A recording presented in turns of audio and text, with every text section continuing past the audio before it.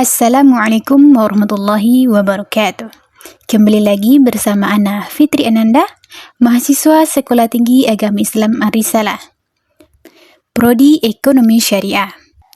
Di video ini, Ana akan membahas tentang posisi Islam di antara agama-agama di dunia, mata kuliah metodologi studi Islam. Islam adalah salah satu agama terbesar di dunia dengan lebih dari 1,8 miliar penganut. Namun, masih banyak pertanyaan tentang posisi Islam di antara agama-agama lainnya. Dalam konteks keagamaan global, Islam memiliki kedudukan yang unik dan penting.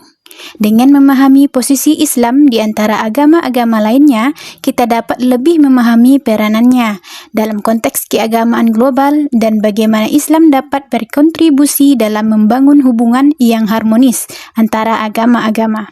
Dalam presentasi ini, kita akan membahas tentang ciri khas agama Islam, kedudukannya di antara agama-agama lainnya, dan peranannya dalam konteks keagamaan global. Poin yang akan kita bahas pada video ini, yang pertama, pengertian Islam.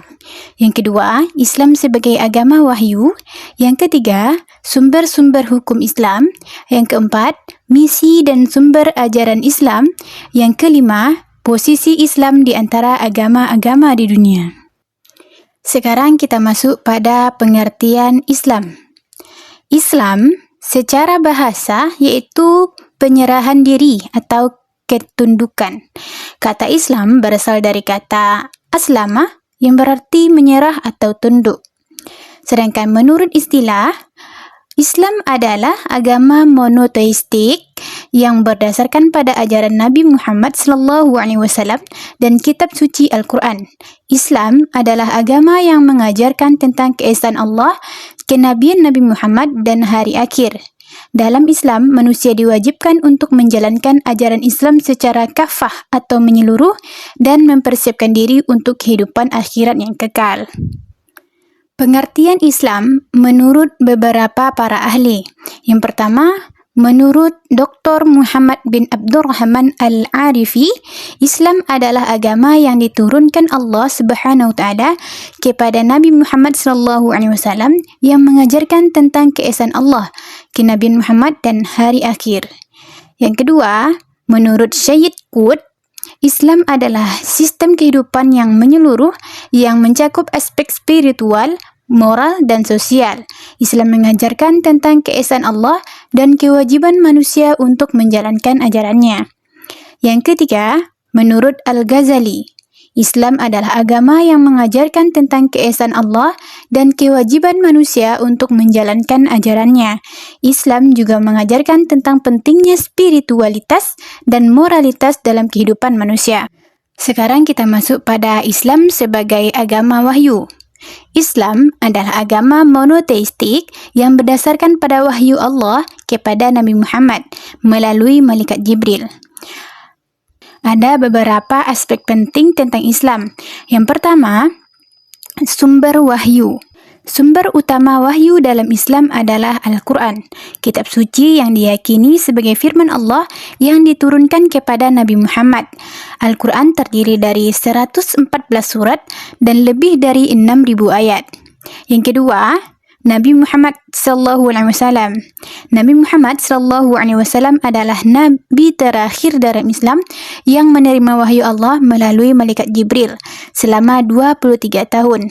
Beliau menyampaikan pesan Allah kepada umat manusia, mengajarkan mereka tentang tauhid, akhlak, dan hukum-hukum Allah. Yang ketiga, dalam aspek tauhid.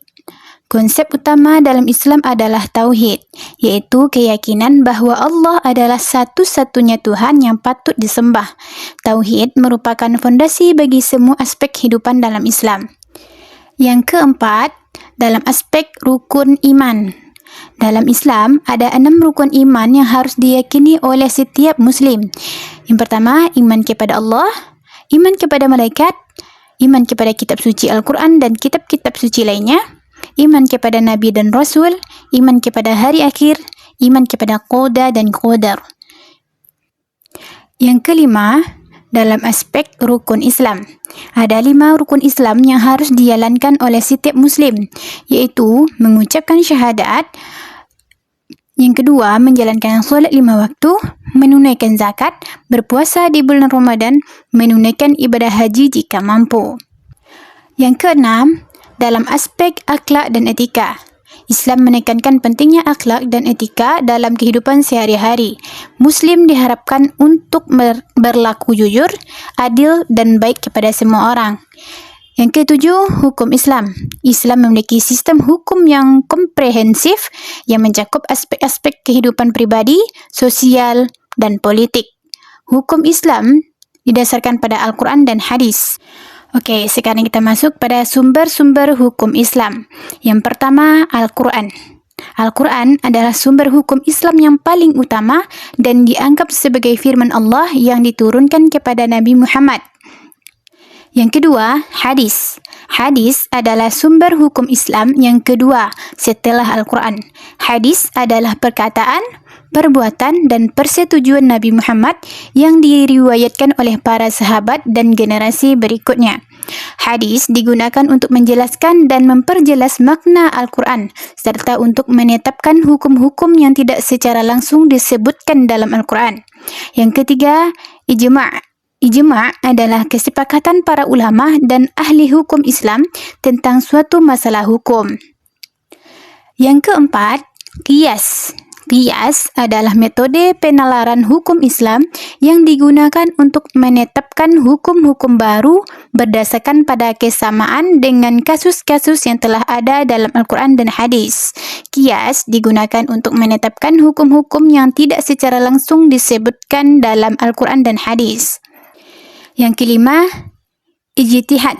Ijtihad adalah proses penalaran dan penelitian yang dilakukan oleh ulama dan ahli hukum Islam untuk menerapkan hukum-hukum baru berdasarkan pada sumber-sumber hukum Islam yang ada. Yang keenam, urf. Urf adalah adat dan kebiasaan yang berlaku dalam masyarakat yang dapat digunakan sebagai sumber hukum Islam. Yang ketujuh, maqasid syariah. Maqasid syariah adalah tujuan dan sasaran hukum Islam yang digunakan untuk menetapkan hukum-hukum yang sesuai dengan tujuan dan sasaran tersebut. Maqasid syariah mencakup 5 aspek utama. Yang pertama, mempertahankan agama. Yang kedua, mempertahankan jiwa. Yang ketiga, mempertahankan akal. Yang keempat, mempertahankan keturunan. Yang kelima, mempertahankan harta. Nah, yang sekarang kita masuk pada misi dan sumber ajaran Islam. Misi Islam. Misi Islam adalah untuk menyampaikan pesan Allah kepada umat manusia dan membantu mereka mencapai kebahagiaan dan keselamatan di dunia dan akhirat. Misi Islam mencakup beberapa aspek. Yang pertama, tauhid. Menyampaikan pesan tentang keesaan Allah dan pentingnya beribadah hanya kepadanya. Yang kedua, akhlak. Mengajarkan nilai-nilai akhlak yang baik seperti jujur, adil dan kasih sayang. Yang ketiga, keadilan. Mengajarkan pentingnya keadilan dan kesetaraan dalam masyarakat. Yang keempat, pembebasan, yaitu membebaskan manusia dari belenggu kejahilan, kemiskinan dan penindasan. Yang kedua, sumber ajaran Islam. Sumber ajaran Islam adalah Al-Quran dan hadis. Al-Quran adalah kitab suci yang diyakini sebagai firman Allah yang diturunkan kepada Nabi Muhammad. Sedangkan hadis adalah perkataan, perbuatan dan persetujuan Nabi Muhammad yang diriwayatkan oleh para sahabat dan generasi berikutnya. Sekarang kita masuk pada posisi Islam di antara agama-agama di dunia. Kesamaan dengan agama-agama lain. Islam memiliki kesamaan dengan agama-agama lain dalam beberapa aspek, yaitu yang pertama, monoteisme, yaitu Islam, Kristen, dan Yahudi adalah agama-agama monoteistik yang percaya pada satu Tuhan yang sama. Yang kedua, nilai-nilai etika. Islam, Kristen, Buddha dan Hindu memiliki nilai-nilai etika yang sama seperti kasih sayang, keadilan dan kejujuran. Yang ketiga, pesan moral. Agama-agama di dunia memiliki pesan moral yang sama, seperti pentingnya berbuat baik, menjauhi kejahatan, dan berlaku adil. Selanjutnya, perbedaan dengan agama-agama lain. Islam juga memiliki perbedaan dengan agama-agama lain dalam beberapa aspek. Yang pertama, konsep Tuhan. Islam memiliki konsep Tuhan yang unik, yaitu Allah Subhanahu wa Ta'ala yang Esa dan tidak memiliki anak atau sekutu. Yang kedua, Nabi dan Rasul. Islam memiliki Nabi Muhammad SAW sebagai Nabi terakhir, sedangkan agama-agama lain memiliki Nabi atau tokoh spiritual yang berbeda. Yang ketiga, kitab suci. Islam memiliki Al-Quran sebagai kitab suci yang diyakini sebagai firman Allah, sedangkan agama-agama lain memiliki kitab suci yang berbeda. Yang keempat, hukum dan peraturan. Islam memiliki hukum dan peraturan yang unik seperti hukum syariah, sedangkan agama-agama lain memiliki hukum dan peraturan yang berbeda. Sekarang kita masuk pada posisi Islam dalam konteks global. Posisi Islam dalam konteks global dapat dilihat dari beberapa aspek. Yang pertama, jumlah pengikut. Islam adalah agama kedua terbesar di dunia dengan lebih dari 1,8 miliar pengikut. Yang kedua, penyebaran. Islam tersebar di seluruh dunia dengan mayoritas pengikutnya berada di Asia dan Afrika. Yang ketiga, kontribusi. Islam telah memberikan kontribusi yang signifikan dalam bidang ilmu pengetahuan, seni, dan budaya. Yang keempat, tantangan. Islam menghadapi tantangan dalam beberapa aspek seperti stereotip, negatif, diskriminasi, dan konflik. Selanjutnya, hubungan Islam dengan agama-agama lain. Hubungan Islam dengan agama-agama lain dapat dilihat dari beberapa aspek, yaitu yang pertama, dialog dan kerjasama. Islam mendorong dialog dan kerjasama dengan agama-agama lain untuk mempromosikan pemahaman dan toleransi.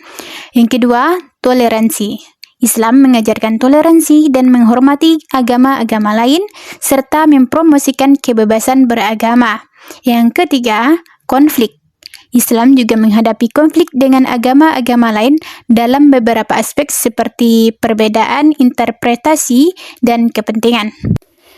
Mungkin sekian dari video Ana, semoga dapat dipahami. Wassalamualaikum warahmatullahi wabarakatuh.